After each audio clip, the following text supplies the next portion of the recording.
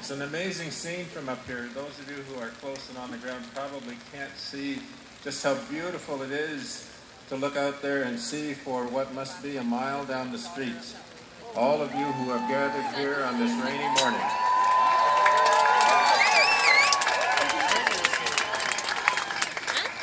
And I can remember as a young man going to a movie to see the Woodstock Music Festival, and I'm thinking about that scene.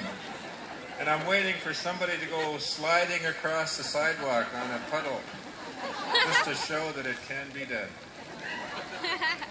Don't do it yet, though, not while I'm talking. You'll take the focus off of what I have to say.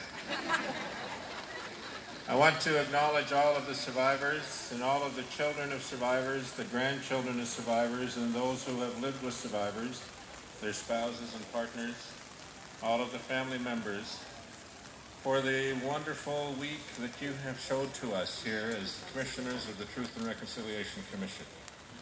I know that we called you together to spend time with us, and in doing that, we ask you to look under your scars, to look at your pain, and to share that with us. And for that, I know that you have suffered somewhat, and for that, I apologize to you for asking you to do that. I want you to know that we understand how brave it was for you to stand up before us and before all of the people who were there at the event this week and talk about those stories and talk about those pains and share your tears. And at the same time, to share your laughter. Talk about the good things, to talk about your resilience, to talk about how it was that you came through this, and to declare for all of those who were listening that we are still here.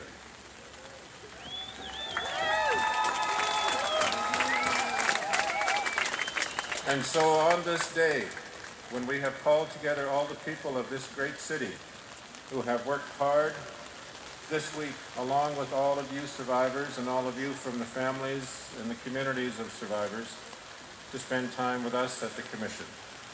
From all of the people from this great city who have gathered here this morning to walk with you, to show that they are with you in your struggle to find reconciliation in this country, however that may be defined by you or by others, to find a way to be able to move forward together, to come to terms with this past. For all of that and for all of you, I say a big thank you, miigwech in my language, for doing that. I want to acknowledge Reconciliation Canada, Chief Bobby Joseph in particular, for the efforts that they have made to make this day happen.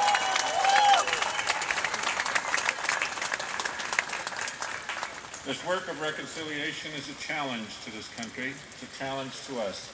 But the most important part of it is that Canada must understand that this is not an Aboriginal problem. This is a Canadian problem in all of Canada. All of Canada has to heal from this past as well.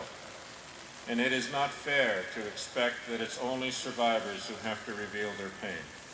Canada too must step forward and share in the pain of the shame that they have created for themselves and their children today, so that their children today can also walk forward with more pride than they now know they are entitled to. So thank you. Thank you again for this day. Thank you for being here. I wish all of us a beautiful future. I wish all of your children will be able to stand together strong and proud and be able to talk to and with each other with great respect in the future. Miigwech.